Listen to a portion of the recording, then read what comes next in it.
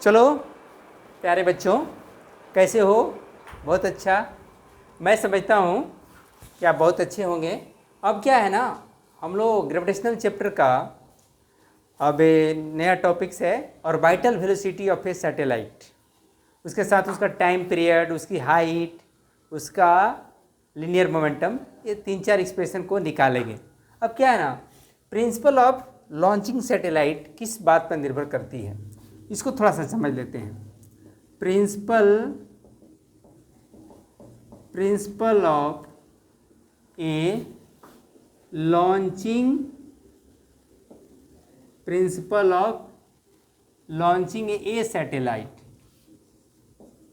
Satellite को launch करने का क्या प्रिंसिपल है, उसको समझने की कोशिश करते हैं। थ्योरेटिकली समझते हैं, उसका कोई एक्सप्रेशन वगैरह निकालने की कोशिश नहीं करेंगे। अब क्या है ना, देख लो, ये अर्थ है। इमेजिन करो जी, इस पर बहुत 300 किलोमीटर ऊंचा एक कोई टावर गड़ा हुआ है।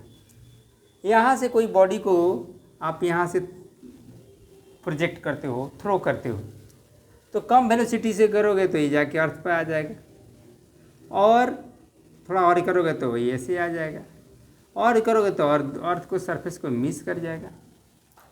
तो हम अब क्या है ना, ये वेलोसिटी हम दे रहे हैं, ये v1, ये v2, ये v3, और स्पीड देंगे तो v4 हो जाएगा। अब क्या है ना, अब अर्थ से कितना दूर जाएगा और अर्थ के ऑर्बिटल वेलोसिटी को अचीव कर लेगा, वो किन किन बातों पर डिपेंड करता है। अब हम बहुत कम वेलोसिटी देते हैं तो अर्थ की सरफेस पर गिर जाएगा, और इमेजिन करेंगे जो कौन सा इस मोशन को एक्वायर करेगा, इलिप्टिकल, और थोड़ा सा किया तो और थोड़ा बड़ा इलिप्स के साथ हो गया, और किया तो ऐसे हो गया। अब हम ज़्यादा वेलोसिटी दिए तो नियर अबाउट क्या हो जाएगा, स्फेयर की तरह थी, स्फेरिकल क्या सर्कुलर शेप ऑर्बिट को एक्वायर कर लेगा। थोड़ा ज़्यादा दे दिया तो इलिप्स से क्या बन जाएगा, सर्कुलर ऑर्बिट बन जाएगा, और ज़्यादा किए तो क्या हो जाएगा, पैराबोलिक हो जाएगा, और ज़्यादा दिए तो हाइपरबोला के शेप में आ जाएगा। तो पैराबोला और हाइपरबोला के केस में क्या होता है, वो स्केप हो जाता है धरती की सतह के चारों ओर, धरती के माने अर्थ के सराउंड में वो ऑर्बिट नहीं करता।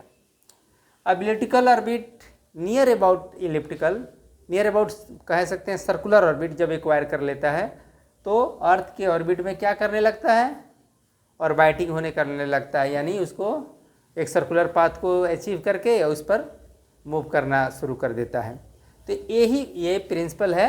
तो आपको मालूम होना चाहिए कि यदि v1, v2, v3 बहुत कम है तो इलिप्टिकल ऑर्बिट को प्राप्त करेगा। क्या करेगा, इलिप्टिकल ऑर्बिट को प्राप्त करेगा।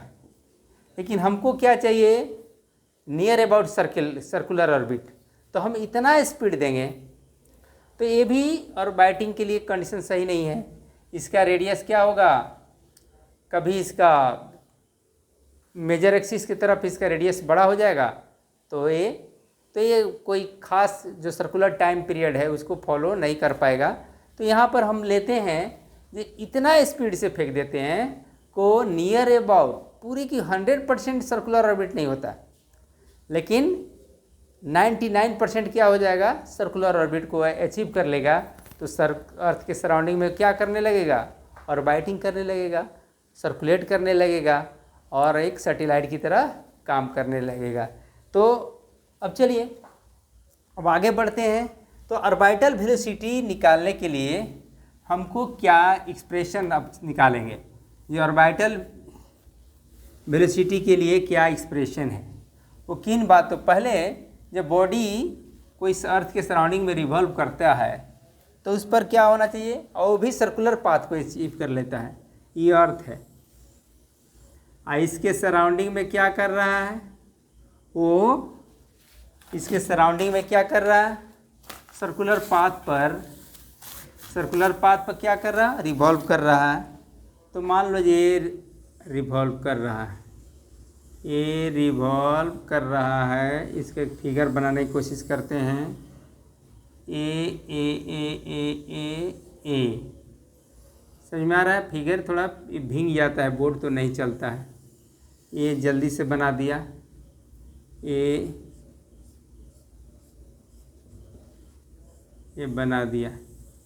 अब क्या है ना, यहाँ पर कोई सैटेलाइट है तो अर्थ से कितना दूर पर है, इस हाइट को h मान लिया और अर्थ की रेडियस को r मान लिया, तो यहाँ से यहाँ तक का डिस्टेंस क्या हो गया, r प्लस h। अब कोई body orbital velocity of A satellite, हम क्या निकाल रहे हैं, ऑर्बिटल वेलोसिटी, हम क्या निकाल रहे हैं, orbital velocity of A satellite, of A satellite. अब क्या है, जिस सर्कुलर पाथ पे मूव कर रहा तो उस पर सेंटीपिटल फोर्स काम कर रहा होगा, तो सेंटीपिटल फोर्स FC लिख देता हूँ। ये सेंटीपिटल फोर्स क्या होता है, mv², और कितना दूर पर है, r प्लस h। अब क्या है ना, क्योंकि हमारा सेंटीपिटल के फार्मूला फोर्स क्या होता है, mv²/r, और r का वैल्यू क्या हुआ, r प्लस h। तो यहाँ पर मैंने इसको लिख दिया, एक्सप्रेशन 1 दिया। ये सेंटीपिटल फोर्स का कारण क्या होता है, तो आपका ग्रेविटेशनल फोर्स होता है। ये अर्थ और प्लैनेट के बीच में जो ग्रेविटेशनल फोर्स लगता है, फोर्स ऑफ अट्रैक्शन लगता है, that is the cause of centripetal force. वही सेंटीपिटल का कॉज है जिसके चलते कोई भी प्लैनेट्स, कोई भी सैटेलाइट्स अर्थ के सराउंडिंग में क्या करता है, ऑर्बिट करता है। तो चलिए ये किसके चलते होता है, तो ग्रेविटेशनल फोर्स। तो ग्रेविटेशनल का फॉर्मूला क्या होता है, Gm, mass of the planet, mass of the body, और उसके बीच का डिस्टेंस का स्क्वायर, r²। तो आप लिख सकते हो Gmm r प्लस h का स्क्वायर। अब आपका एक्सप्रेशन 2 हो गया। ये इसमें v आया, इसमें v नहीं आया, तो v का वैल्यू आपको निकालना है। तो दोनों इक्वेशन, ये जो सेंटीपिटल फोर्स है ये इसके चलते हैं, यानी ये इसको प्रोवाइड किया, तो इसका जो वैल्यू होगा इसके वैल्यू के बराबर होगा। तो क्या है ना, अब from equation 1 and 2, from equation 1 and 2 we get, क्या पाते हैं हम, फिगर को मिटा देता हूँ। अब फिगर से उतना लेना देना नहीं है, हम समझने के लिए फिगर बनाए थे, तो यहाँ मैं समझ गया कि किस तरह की स्थिति आती है। अब क्या है, अब हम इसको बनाने की कोशिश करते हैं। अब क्या है ना, यहाँ पर देखेंगे आप, यहाँ पर दोनों इक्वेशन को क्या करते हैं, इक्वेट करता हूँ। तो mv²/r plus h, mv²r plus h, यहाँ पर क्या करूँगा, Gm/r प्लस h का होल स्क्वायर। अब क्या है, काटिए, मास मास कैंसिल, ये मास ऑफ द सैटेलाइट है, r प्लस h, यहाँ 2 1 है, यहाँ पर 2 तो 1 पावर गायब हो जाएगा, तो v² बचेगा, यहाँ Gm, और यहाँ r प्लस h ही बचेगा। ये r प्लस h यहाँ पर जाकर कैंसिल कर देगा, तो v² बराबर क्या हो गया, v² बराबर हो गया Gm r प्लस h, इसका अंडर रूट, यहाँ स्क्वायर होगा तो यहाँ स्क्वायर रूट हो जाएगा। अब जानते हो g बराबर क्या होता है, Gm/r², यहीं से निकाल लीजिए, Gr² बराबर क्या हो गया, Gm। तो Gm का वैल्यू यहाँ पर बैठा दे दूँगा, तो v का वैल्यू क्या हो जाएगा, यहाँ पर Gr², नीचा में r प्लस h, ये हो गया। तो r² बाहर में निकाल लेता हूँ, तो r हो जाएगा, ये g हो गया, ये r, यानी इसको ऐसे भी लिख सकते हैं, r a g r plus h। अब मान लो कि कोई सैटेलाइट अर्थ के बहुत करीब हो, तो उसका ऑर्बिटल वेलोसिटी क्या होगा, उसको देख लेते हैं। ये r प्लस h r के बराबर हो तो क्या होगा। तो चलिए इसको हटाता हूँ, और इसका यदि कोई सैटेलाइट, अब इससे कंक्लूजन ये निकाल लो, वो तो है एक्सप्रेशन वैल्यू निकालेंगे ही। अब क्या है ना, ऑर्बिटल वेलोसिटी किस पर डिपेंड करता है और किन किन फैक्टर पर डिपेंड करता है उसको जानने की कोशिश करते हैं। अब क्या है, जो हमारे पास फार्मूला क्या आया, v equal to R G by R, यानी distance v is inversely proportional to 1/r ये रूट में, यानी डिस्टेंस बढ़ेगा प्लैनेट का, सैटेलाइट का, तो उसके ऑर्बिटल वेलोसिटी क्या हो जाएगी, घट जाएगी। और रेडियस, प्लैनेट का रेडियस बड़ा होगा तो ऑर्बिटल वेलोसिटी भी का वैल्यू भी बड़ा हो जाएगा, और जी का वैल्यू पर भी डिपेंड करता है। तो इस तरह से एक्सप्रेशन में सिर्फ सभी चीज़ दिख रही है, लेकिन मास ऑफ द प्लैनेट पर डिपेंड नहीं करता, क्योंकि कहीं भी मास इसमें इन्वॉल्व नहीं हो रहा है, तो मास पर डिपेंड नहीं करता है। सर बहुत सारा ऑब्जेक्टिव क्वेश्चन पूछा जाता है, तो आप इसको ध्यान रखेंगे। अब क्या है, अब यदि बहुत करीब है सैटेलाइट, तो उसका वैल्यू, ऑर्बिटल वेलोसिटी का वैल्यू, न्यूमेरिकल वैल्यू क्या आएगा। अब मान लेते हैं जी r प्लस एच को मैं करीब r मान लेता हूँ, बहुत करीब है। Satellite is very close to, satellite क्या है, satellite is close to the earth, close to earth की कंडीशंस में क्या होगा, देखिए अब v लिख दिया, r लिख दिया 6 पॉइंट, अब क्या हो जाएगा यहाँ पर देखिए, g रूट में अंदर में r स्क्वायर हो जाएगा, नीचे में भी r हो जाएगा, तो एक कट जाएगा तो क्या बच जाएगा gr, g का वैल्यू क्या होता है 9.8, r का वैल्यू क्या होता है 6.4 और 10 का पावर 6। अब यहाँ पर क्या बाहर निकाल सकता हूँ, यहाँ डेसिमल हटाएंगे, यहाँ डेसिमल हटाएंगे तो ये 4 हो जाएगा, बटा 10 तो 2 पावर घटा देगा। अब क्या है ना, इसको 49 को तो नहीं निकाल सकते हैं, तो ऐसे लिख सकता हूँ 2 गुने 49 गुने 64। अब क्या है,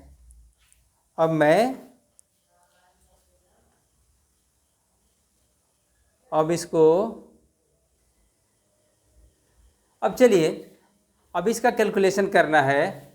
ये 10 का पावर 4 है। अब यहाँ पर 49 के लिए क्या आएगा 7 आएगा, 64 के लिए क्या आएगा तो 8 आएगा, ये रूट के लिए क्या आएगा तो 1.414, छोड़िए 4141 लिख दिया, और 10 का पावर 2, इतना मीटर पर सेकेंड कितना आएगा 7/56, 56 गुने 1.41 लिख दिया, ये 10 का पावर 2 मीटर पर सेकेंड। अब मैं समझता हूँ, यहाँ पर लिख देता हूँ, वहाँ से ये वाला वैल्यू क्या होगा, तो 14 × 6 = 84, 8 और 14 × 5 = 70, 8 78। अब क्या है, यहाँ पर ये 10 का पावर 2 मीटर पर सेकेंड, ये सही है या गलत, इसको एक बार चेक कर लेता हूँ। जी का वैल्यू 9.8, 6.4, 10 का पावर 6, तो 10 ठीक है। फिर 49, 2 गुना 49 64, तो 7 आया, 64 के लिए 8 आया, 2 के लिए 1.41 आया, 10 का पावर 2 आया। अब इसको किया, चलिए ठीक है। अब क्या है ना 7.84 10⁻² मीटर पर सेकेंड, ये आपका आ गया। जब अर्थ के बहुत करीब रहेगा तो अब हम ऑर्बिटल स्पीड वेलोसिटी तो जान गया, अब टाइम पीरियड के लिए निकालता हूँ। अब टाइम पीरियड का एक्सप्रेशन क्या होगा वो देखिए। तो टाइम पीरियड क्या है ना, ऑलरेडी बॉडी का सर्कुलर पाथ आपको मालूम हो तो उसका सरकमफ्रेंस क्या होगा, डिस्टेंस की तरह काम करेगा, और उसकी वेलोसिटी स्पीड, वेलोसिटी का मैग्नीट्यूड स्पीड होता है, स्पीड को लेंगे।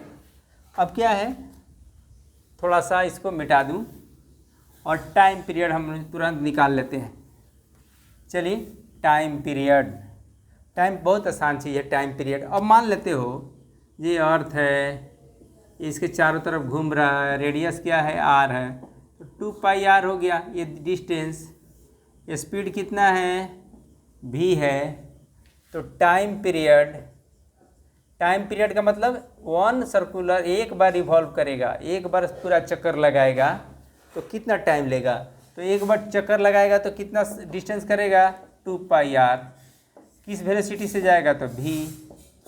तो v अभी आपको बताए थे, v का फॉर्मूला क्या आया था, यदि आप भूल गए हो तो देख लिए, फिर से निकाल देता हूँ।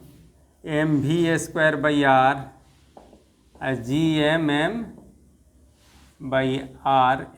तो r कट गया, mm कट गया, तो v² बराबर v बराबर क्या आया gm/r, यानी v का वैल्यू हो गया gm के जगह पर लिख सकता हूँ gr², या r, तो g/r रूट में, यहाँ r बाहर, ये v का वैल्यू था तो v का वैल्यू बैठा देता हूँ। तो v का वैल्यू होगा 2πr। अब v के जगह पर क्या लिखूँगा r √g, और यहाँ पर r का पावर 1/2, तो आपको हो जाएगा 2πr, और r का पावर 3/2 √g। अब r को क्या ले सकते हैं, r को आपको बताए थे जी, r है और यहाँ h है, यहाँ तक r है, यहाँ से यहाँ तक h है, तो r बराबर क्या हो गया r + h हो गया। तो r + h लिख देता हूँ, 2πr या r + h का 3/2 √g। ये आपका एक्सप्रेशन हो गया टाइम पीरियड का, ये हो गया टाइम पीरियड। अब सारा चीज़ का वैल्यू बैठाओगे, अब बहुत आर का वैल्यू बहुत करीब लोगे तो ये 24 घंटा आना चाहिए। चलिए, अब क्या है ना, अर्थ का ये जियो स्टेशनरी सैटेलाइट के लिए 24 घंटा होता है। अब ये यहाँ उसकी वेलोसिटी कितना है प्लैनेट का, उस पर डिपेंड करता है। तो ये कौन सी पर डिपेंड करेगा, 2πr, r + h कितना ऊपर है। यहाँ पर 2πr तो वैल्यू कांस्टेंट है, g भी कांस्टेंट है, r भी है, तो एज पर डिपेंड करता है ये टाइम पीरियड किस तरह से चेंज होगा। अब क्या है, इसको इतना ही रहने देता हूँ। अब हम निकालेंगे आगे का चीज़, इसका हाइट ऑफ द सैटेलाइट निकालने जा रहे हैं। हाइट ऑफ द सैटेलाइट अब हमको निकालना है, तो इसी एक्सप्रेशन से हम हाइट ऑफ सैटेलाइट निकालेंगे। तो मिटा देता हूँ। तो हाइट ऑफ सैटेलाइट देखिए बहुत आसान लगेगा, कोई बहुत इसका खाली मैथमेटिकल काम है थोड़ा सा। अब क्या है ना, इस एक्सप्रेशन से हमको एच निकाल लेना, तो हाइट ऑफ सैटेलाइट हो जाना है। अब क्या है, अब स्क्वायरिंग, इसको स्क्वायर करेंगे क्योंकि एच पर क्या है 3/2 है पावर, तो हमको एच अलग करना है, तो इसको स्क्वायर करेंगे तो हमारा काम आसान हो जाएगा। अब देखिए कैसे कर लेता हूँ। Height of A satellite, height of the satellite, जिस सैटेलाइट को हम लॉन्च किए हैं वो कितना हाइट पर ऑर्बिटल स्पीड को एक्वायर किया हुआ है, और से कितना, सेंटर से कितना दूर पर है। अब क्या है, स्क्वायरिंग, इसको इक्वेशन 3 मान लेते हैं। स्क्वायरिंग इक्वेशन 3 बोथ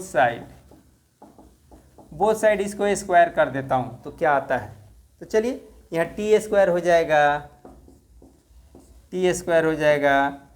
4, 2 का स्क्वायर 4 हो गया, π² हो गया, r² हो गया, r + h का पावर 3/2 है, तो स्क्वायर करेंगे तो 3 हो जाएगा, यहाँ पर g हो जाएगा। चलिए, अब क्या है, इसको आगे बढ़ाता हूँ, r + h को एक तरफ लेके चला जाता हूँ। तो अब नीचे से r² g को साइड क्रॉस मल्टीप्लिकेशन करता हूँ। तो क्रॉस मल्टीप्लिकेशन करूँगा तो क्या आएगा, ये बात ध्यान में देखिए, ये आ जाएगा t² r² g², 4π², इधर क्या हो गया r + h का पावर 3।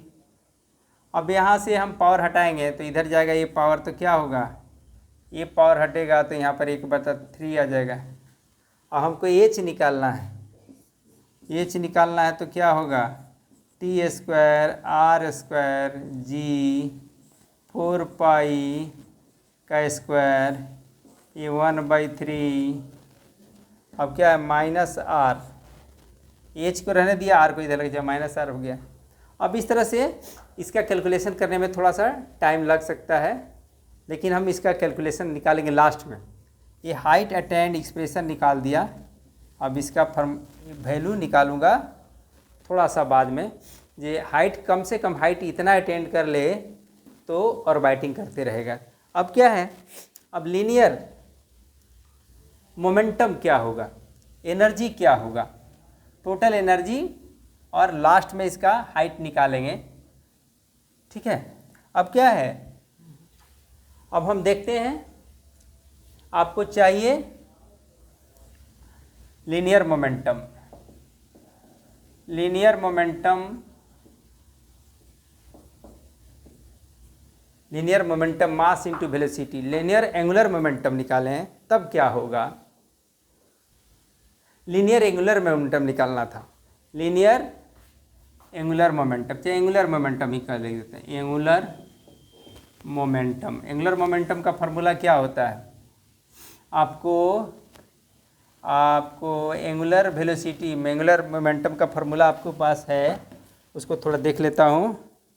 आपको है एल बराबर M V R, M V R, L बराबर क्या है एम वी आर, यानी लीनियर मोमेंटम को उसका रेडियस से गुना कर देंगे तो चलिए एम भी तो आपके पास है, एम आर तो है, सॉरी एम आर है, आर मतलब R plus H, R plus H, और भी का वैल्यू तो फिर भूल गए, तो इसको निकालूंगा M V square by R plus H.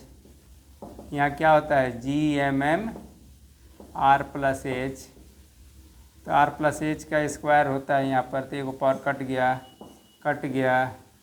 अब वी स्क्वायर बराबर हो गया G M R plus H का रूट यहाँ कर दिया, और वी बराबर हो गया, ये हो गया G R square R plus H, R पहले ले लिया तो R G R plus H, ये होता है आपका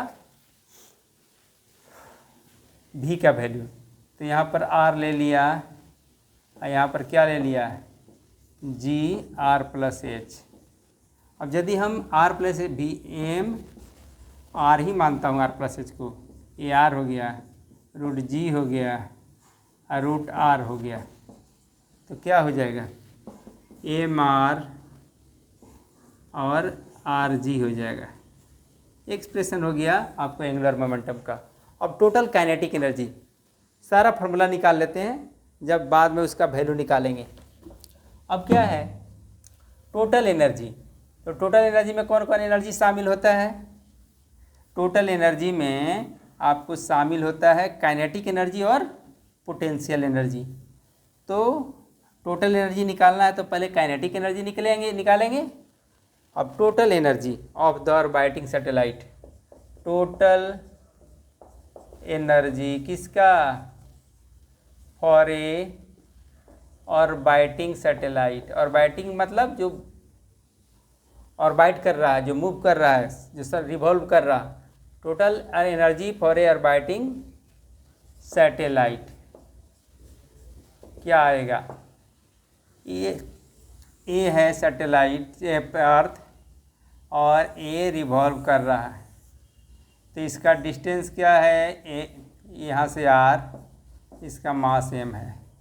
तो पोटेंशियल एनर्जी का फार्मूला होता है minus G M M by R, और काइनेटिक एनर्जी के लिए फार्मूला होगा, वो हम निकालने जा रहे हैं, क्या होगा काइनेटिक एनर्जी के लिए फार्मूला होगा, उसको देखते हैं। काइनेटिक एनर्जी का फार्मूला होगा half M V square, half kinetic energy half M V square, अब वेलोसिटी का फार्मूला हमको हमेशा याद रखना चाहिए था, लेकिन अभी भूल जाते हैं। तो M V square by R G M M R square, ये पावर पावर कट गया, ये पावर पावर कट गया, क्या आ गया, वी स्क्वायर बराबर G M by R. G M को क्या लिख सकते हैं, G R square by R, R बाहर निकाल लिया तो क्या हुआ, जी बाई आर, ये है। तो अब यहाँ पर बैठाता हूँ, काइनेटिक एनर्जी क्या होगा, हाफ एम वी स्क्वायर ना, तो वी स्क्वायर बराबर हो जाएगा, रूट हट जाएगा यहाँ पर, आर स्क्वायर जी, और नीचे में आर हो जाए। तो हमको जी आर स्क्वायर को क्या लिख सकता हूँ, जी आर स्क्वायर को लिख सकता हूँ, जी आर स्क्वायर को लिख सकता हूँ जी एम। तो यहाँ पर मैं बैठा देता हूँ kinetic energy half M G M, तो ये वाला एम हो जाएगा जी एम बाई आर। तो ये देखिए पूरा माइनस है और ये आधा प्लस है, तो टोटल एनर्जी निकालेंगे, इसको मान लेते हैं एक्स बाई टू और इसको मान लेते हैं माइनस एक्स। तो टोटल एनर्जी क्या होगा, P E plus K E kinetic energy minus X plus X by two, तो माइनस एक्स बाई टू आ जाएगा। तो माइनस एक्स का वैल्यू कितना है, ये minus G M M by R, यहाँ 1/2 हो जाएगा। आर का वैल्यू क्या लिख सकता हूँ, आर प्लस एच लिख सकता हूँ।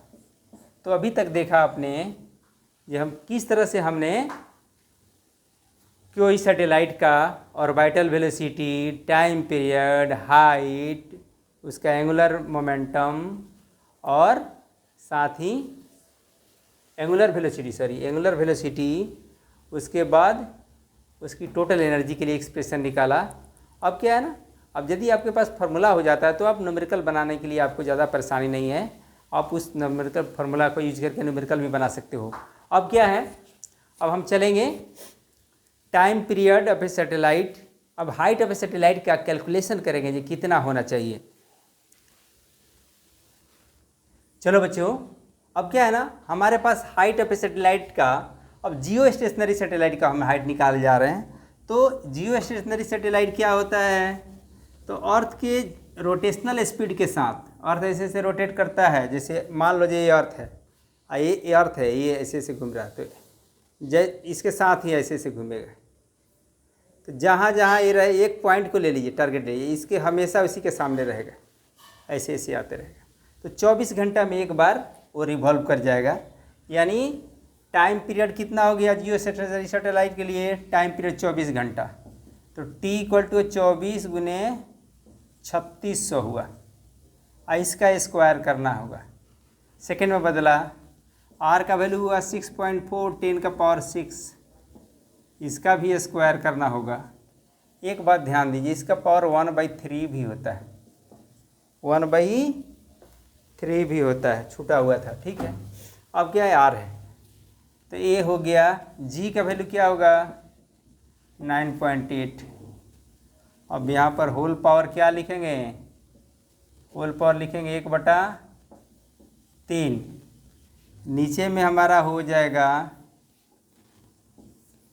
4π²। यहाँ पर R को क्या करना है, माइनस करना है। तो चलिए अब क्या इसको कैसे निकालता हूँ, पहले 1/3 है पावर, तो इसको 24 गुने 24 576 कर देता हूँ, 576, ठीक है। 36 गुने 36, 36 गुने 36 रहने दिया, यहाँ पर 100 यानी 10⁻², आए 2 2 4, 10⁻4 हो गया। ये 10⁻2 है 100 के लिए, यहाँ स्क्वायर है तो 4 हो गया। अब यहाँ पर 6.4 इंटू 6.4 10 का पावर 12 9.8 ये 4 3.14 का स्क्वायर, यहाँ 1/3 यहाँ पर -6.4 10 का पावर 6, ये मीटर में होगा पूरा। अब क्या है ना, इसको काटता हूँ, काटूँगा तो पाई स्क्वायर का वैल्यू 9.8 को काट देता है। अब क्या होगा, ये 4 काटेगा, 4 एकम 4 चौका 16 144 हो गया। अब इसका क्या वैल्यू आएगा, 144 है ना, 36 है 2 बार, तो हमको 1/3 यहाँ पर पावर लेना है। 1/3 3 पावर होगा तो एक चीज़ हो जाएगा, तो 36 चौका ठीक है 4, ये 4 बार में कट रहा है, तो मैं 144 को लिखूँगा 36 गुने 4 गुने 36, 36 गुने 36, 3 बार 36 आ गया। और क्या हुआ, 10 का पावर 4 12 4 16 यानी 10 का पावर 15 ले लिया और 10 का पावर 1 अलग कर दिया। अब क्या है, 64 है, 64 है, तो 64 तो नीचे में क्या होगा, 64 गुने 64 और नीचे में 10 का पावर ये आएगा, ये काट दिया। अब हो गया 10 का पावर 12, यहाँ पर ले लिया हूँ 12 और 4 16, ठीक है। नीचे में क्या है, कुछ नहीं बचा है, ये पावर 1/3 है, माइनस हमको करना है r मैंने 6.4 10 का पावर 6। अब क्या है, 36 को एक बार निकाल लेंगे और 64 को में क्या करेंगे, 4 चौका 64, ये 3 को 4 हो जाएगा, 36 गुने 36, एक बार और लिख लेता हूँ, 3 को 36, ये 64 है ना, तो 3 4 हो जाएगा, 4 चौका 16 16 चौका 64, ये 4 चौका 16 4 चौका 64, ये ठीक है। ये 4 एक तो बच रहा है, चलिए 4 बचने दीजिए। और नीचे पावर क्या बचेगा, 10 है 15 14, 10 का पावर 14 माइनस 6.4 10 का पावर 6, तो हम 36 ले लेंगे, पावर 1/3 लेना है ना, तो क्या होगा, 36 एगो आ गया, एगो 4 आ गया, एक तो 4 आ गया, और 10 का पावर ये 12 रहेगा, 12 रहेगा तो 10 का पावर 4 आ गया। अब नीचे में क्या बच गया, 4 दहाँ के यहाँ पर 12, 400 ले लिया, 400 ले लिया, ठीक है। 400 पर क्या करूँगा, 1/3 रखूँगा और यहाँ पर 6.4 10 का पावर 6 ये रहने दिया। अब हमारे पास इसको मल्टीप्लाई कर देता हूँ, तो इसको मल्टीप्लाई करता हूँ तो कितना आएगा, ये कैलकुलेशन आपको थोड़ा सा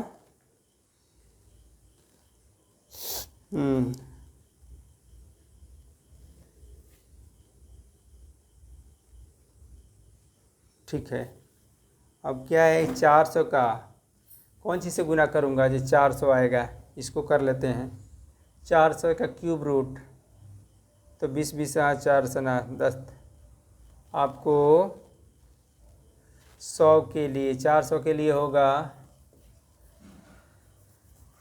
36, 6 गुने 6 36, 36 में 6 से करूँगा चचा का 36 36 18, 216 होता है।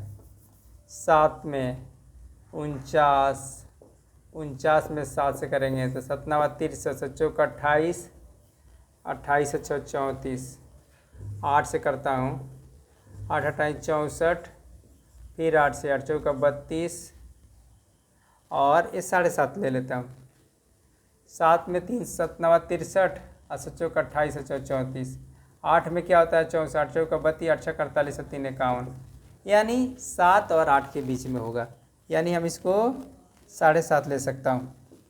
तो 36 गुने 4 गुने 4 गुने 10 का पावर 4, 7.5, 6.4, 10 का 0.6, तो 35 इसका क्या आंसर होना चाहिए। अब जल्दी से बना देता हूँ कैलकुलेशन में, टाइम लग रहा है इसलिए मैं इसको थोड़ा जल्दी निपटा लेता हूँ। इसकी हाइट होनी चाहिए 35,930, 35,930 किलोमीटर, 35,930 किलोमीटर। ये मीटर में आएगा, बाद में इसको किलोमीटर में बदला जा सकता है। तो चलो मैं समझता हूँ कि सैटेलाइट के बारे में जितने एक्सप्रेशन हैं आपको समझ में आ गया होगा। तो हमारे वीडियो को लाइक कीजिए, सब्सक्राइब कीजिए और इसको समझकर लाभ उठाइए। Thank you.